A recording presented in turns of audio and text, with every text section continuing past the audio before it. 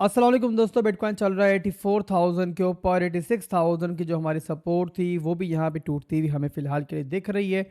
और daily closing होने वाली है 4 घंटे के अंदर। काफ़ी इंपॉर्टेंट क्लोजिंग ये रहेगी। बहरहाल वीडियो में डिस्कस करते हैं कि बिटकॉइन इस टाइम क्या करने जा रहा है, कहाँ तक डंप कर सकता है। और इसके अलावा बिटकॉइन डोमिनेंस को देखेंगे। ऑल्ट कॉइन्स आपको दिख रहा होगा कि इस बार जो है ना बिटकॉइन के साथ इतना डंप नहीं कर रहे। अगर आप देखो इन दिनों के दरमियान तो लास्ट 3 डेज के अंदर बिटकॉइन 96,000 से 84,000 पे पहुंच चुका है। यानी कि $12,000 का डंप आया है बिटकॉइन में। पर इसी के मुकाबले में अगर आप ओल्ड कॉइन्स को देखोगे तो आपको दिखेगा कि ओल्ड कॉइन्स जो है हमें पहले से स्टेबल दिखाई दे रहे हैं। जाहिर है बिटकॉइन के साथ नीचे तो आएंगे, ये तो नहीं कहा जा सकता बिटकॉइन नीचे आएगा तो वो आएंगे, नीचे नहीं, बट बहरहाल नीचे आ भी रहे हैं तो पहले की तरह नहीं आ रहे। पहले आपको पता है कि बिटकॉइन 5% गिरता नहीं था कि ओल्ड कॉइन्स की बर्बादी हो जाया करती थी। 30% 40% तक गिर जाया करते थे। बट अभी आप देखोगे तो आपको दिख रहा होगा कि ओल्ड कॉइन्स की मार्केट जो थोड़ा सा बेहतर परफॉर्म कर रही है। इसका क्या रीज़न है ये वीडियो में आगे चल के डिस्कस करते हैं। और इसके अलावा काफ़ी कुछ इस वीडियो में होगा। और उसी के साथ जो है ना आपके ओल्ड कॉइन्स जो कमेंट्स में आपने मुझसे पूछे हैं उनको भी यहाँ पे डिस्कस करेंगे। तो पहले दोस्तों देख लेते हैं कि लास्ट 24 आवर्स के अंदर आखिर मार्केट में हुआ क्या है। तो आपके सामने है कि 437.59 मिलियन डॉलर्स की लिक्विडेशन जो है लास्ट 24 आवर्स के अंदर सिर्फ बिटकॉइन में हो चुकी हैं। और इसके अलावा इथीरियम में हो चुकी हैं लगभग 118 मिलियन डॉलर की लिक्विडेशन।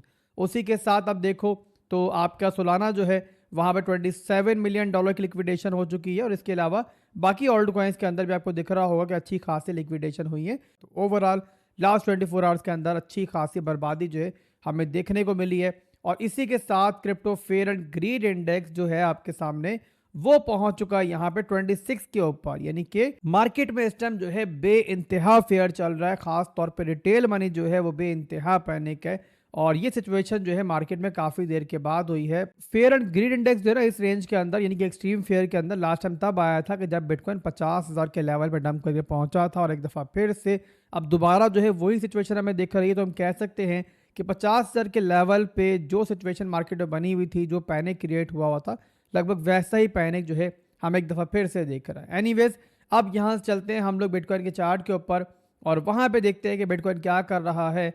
तो यहाँ पे आपके सामने है कि हमारी जो पहली सपोर्ट जो बिटकॉइन ने लूज़ की थी वो लूज़ की थी इस ट्राइंगल पैटर्न की, जिसके बारे में हमने अभी लास्ट वीडियो में डिस्कस भी किया था।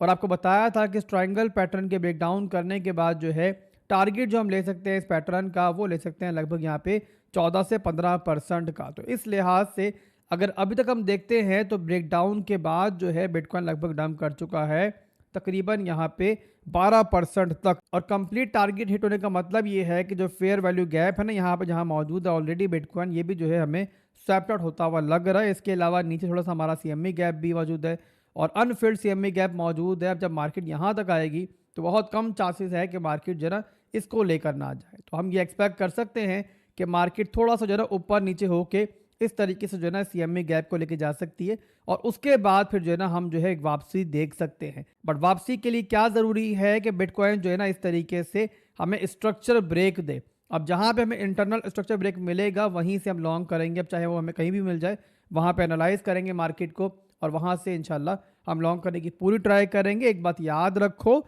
कि बिटकॉइन के बारे में पहले ही बताया मैंने आपको कि वीकली टाइम फ्रेम के ऊपर जो है ना हमारा 50 EMA जो है ना वो बड़ी इंपॉर्टेंट है। यहाँ पे देखो वीकली के अंदर मैं दोबारा आपको दिखा रहा हूँ कि प्रीवियसली भी आप देखोगे कि जब तक जो है मार्केट वीकली के अंदर 50 मूविंग एवरेज के ऊपर रहती है तो इसका मतलब ये होता है कि हम जो है ना एक बुल मार्केट के अंदर हैं और बेयर मार्केट ट्रिगर नहीं हुई है। बट जिस टाइम हम लोग ये 50 मूविंग एवरेज वीकली के अंदर लूज करते हैं तो हमारी जो बेयर मार्केट है वो ट्रिगर होती है। और इसका नमूना जो है आप 2021 में भी देख लो, यहाँ पे आपको दिखेगा कि बिटकॉइन जो है जब तक 50 मूविंग एवरेज के ऊपर था ये दोबारा ऊपर गया, 30,000 तक भी डंप हुआ बट दोबारा ऊपर गया। बट उसके बाद जिस टाइम 50 मूविंग एवरेज इसने लूज की तो उसके बाद जो है ना फिर हमारी बेयर मार्केट स्टार्ट हुई और उसके बाद बिटकॉइन में 15,000 तक जाता हुआ दिखा। बट उसके बाद जैसे ही बिटकॉइन ने दोबारा पे 50 मूविंग एवरेज डिक्लेम की तो उसके बाद फिर दोबारा हमें पंप मिला। तो इसीलिए 50 EMA जो है ना ये बड़ी इंपॉर्टेंट है। और आगे भी आप लोग देख लो किसी भी मौके पर जो है ना अभी तक हमारी जो 50 मूविंग एवरेज है वो लूज नहीं हुई थी। और यहाँ पे आप देख सकते हो कि जब 73,000 से बिटकॉइन डंप करके पहुंचा था ना लगभग यहाँ पे 53,000 तक, इवन 48,000 तक भी विक लगी थी, तब भी जो है ना यहाँ पर हमारा 50 मूविंग एवरेज ही रिटेस्ट हुआ था और यहाँ पर हमारा ब्रेक नहीं हुआ था 50 मूविंग एवरेज। तो यहाँ पर भी अगर बिटकॉइन आता है नीचे और इवन यहाँ पे 50 मूविंग एवरेज को अगर रिटेस्ट भी करता है, तब तो कोई परेशानी नहीं है, जब तक कि 50 मूविंग एवरेज जो है बिटकॉइन वीकली के अंदर जो है ब्रेक ना कर दे, यानी कि वीकली कैंडल क्लोजिंग जो है हमें इसके नीचे ना मिल जाए। और ये एरिया जो बनता है ना अभी जो हमें दिख रहा है, ज़रा आगे चल के थोड़ा बदल भी सकता है, ये बनता है अभी के लिए 74,000 का एरिया। तो ये फिलहाल के लिए बिटकॉइन का जल्दी से मैंने सिनेरियो बता दिया आपको। डेली क्लोजिंग बड़ी इंपॉर्टेंट है आज की, और देखना होगा कि डेली क्लोजिंग जो है वो दोबारा से 86,000 के ऊपर होती है या फिर इसके नीचे होती है। बहरहाल जो भी होगा इंशाल्लाह मैं डेली क्लोजिंग के फौरी बाद जो है आपको मार्केट की अपडेट दे दूंगा। अब इसके बाद बात करते हैं उस सिचुएशन की जो कि मेरा ख्याल है कि आपको देखकर थोड़ी सी खुशगवार सी हैरत हो रही होगी।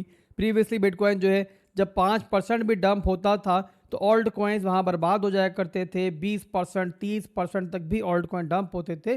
बट आज आप देखो कि लास्ट 3 डेज के अंदर बिटकॉइन जो है वो लगभग $12,000 डंप कर गया है, बट ऑल्ट कॉइन्स जो है पहले की तरह डंप नहीं हुए। फिर रिपीट कर दूं कि डंप तो ज़ाहिर होंगे, जब बिटकॉइन नीचे आएगा मार्केट से पैसा निकलेगा तो ऑल्ट कॉइन्स डंप होंगे, बट वैसे डंप नहीं हुए जैसे कि पहले हम इसको होता हुआ देखते रहे हैं। और इसका क्या रीज़न है, तो इसका रीज़न दिखाने के लिए मैं आपको लेके चलता हूँ। 2 चार्ट्स हैं हमारे पास जिसपे आपको समझ में आएगी। पहला है बिटकॉइन डोमिनेंस।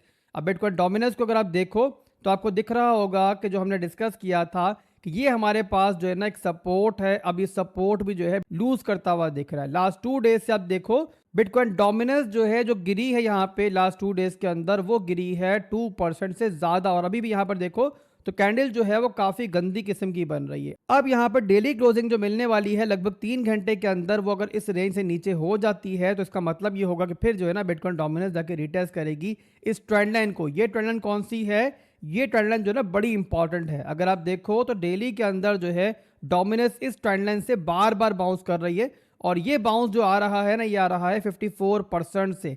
दिसंबर के महीने में डंप जो मिला था ना, तभी ट्रेंड लाइन जो है बनना स्टार्ट हुई थी। और उसके बाद से देख रहे हैं हम कि बिटकॉइन डोमिनेंस जब भी इस ट्रेंड लाइन पे आती है तो बाउंस करती है। तो इस बार डोमिनेंस का जो रिएक्शन है हमें यहाँ पे जो देखने को मिलेगा वो काफी कुछ हमें क्लियर करेगा। और वहां पे अगर ये ट्रेंड लाइन टूट जाती है तो ये मार्केट के लिए ज़ाहिर बड़ा अच्छा होगा। इसके बाद फिर नेक्स्ट सपोर्ट जो हमारी होगी वो होगी 59% के ऊपर, और उसी के साथ जो है यहाँ पे हमारी 50 मूविंग एवरेज भी है। 50 मूविंग एवरेज से ऊपर मार्केट होती है तो मतलब ये होता है इसका कि मार्केट जो है एक बुलिश ट्रेंड के अंदर है, और जिस टाइम 50 मूविंग एवरेज लूज होती है ना, तब जो है मार्केट जो है एक बेरिश ट्रेंड में जाती है। तो यहाँ पे ऑल्ट कॉइन्स के पंप के लिए ज़रूरी है कि हम जो है ना यहाँ पे 50 मूविंग एवरेज को ब्रेक होता हुआ देखें। तो यहाँ पे कमिंग डेज के अंदर जो है ना डोमिनेंस की जो मूवमेंट है वो काफ़ी दिलचस्प रहेगी, और जो भी बनेगा इंशाल्लाह इसके अंदर मैं गाइड करता रहूंगा। इसके अलावा अगला चार्ट जो मैं आपको दिखाऊंगा वो होगा हमारा अदर्स डोमिनेंस का। तो यहाँ पे आप देखो तो काफ़ी देर से जो है ना ये डंप कर रही थी। यहाँ पे नोट करो 50 मूविंग एवरेज भी हमारी लूज हो गई थी। उसके बाद से देखो मुसलसल जो है लोअर लोज लोअर हाइज बनाती हुई हमारी डोमिनेंस जो है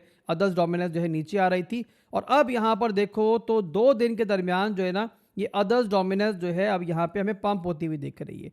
अब अदर्स डोमिनेंस जो है वो है एक रेजिस्टेंस के ऊपर, जिस तरीके से आपने देखा ना बिटकॉइन डोमिनेंस को कि वो अपनी सपोर्ट के ऊपर है, तो वैसे अदर्स डोमिनेंस जो है वो अपनी रेजिस्टेंस के ऊपर है। अब अगर वहाँ बिटकॉइन डोमिनेंस सपोर्ट लूज करेगी तो इसका मतलब ये होगा कि अदर्स डोमिनेंस जो है वो यहाँ पे अपनी रेजिस्टेंस को ब्रेक करेगा। जब ब्रेक होता है तो इसका मतलब कि हमारा इंटरनल स्ट्रक्चर जो है वो भी दोबारा ऊपर की तरफ ब्रेकआउट करेगा, और ये जाहिर सी बात है ऑल्ट कॉइन्स के लिए अच्छा होगा। तो मॉरल ऑफ द स्टोरी आसान सी जुबान में बस इतना समझ लो कि बिटकॉइन डंप करके नीचे आ रहा है, और नीचे आ जाए कोई टेंशन नहीं है, और ये सीएमई गैप भी फिल्ड आउट कर दे कोई टेंशन नहीं है। बट इसके साथ जो है ना डोमिनेंस पंप नहीं होनी चाहिए, यानी कि डोमिनेंस की जो मूव हम लास्ट 2 to 3 डेज से देख रहे हैं ये कंटिन्यू रहनी चाहिए। और इस तरीके से क्या होगा कि अगर बिटकॉइन नीचे आ रहा है और डोमिनेंस भी नीचे आ रही तो ऑल्ट कॉइन्स को बड़ी हिट नहीं लगेगी, और जैसे ही बिटकॉइन फिर यहाँ से थोड़ी सी वापसी करेगा ना तो ऑल्ट कॉइन्स जो है बड़ी वापसी कर सकते हैं। तो यहाँ बहरहाल दोस्तों ये फिलहाल के लिए सिचुएशन चल रही है चार्ट्स के ऊपर जो बता दिए मैंने आपको, और काफ़ी कुछ जो है ना हमें इंशाल्लाह कमिंग डेज के अंदर क्लियर होगा।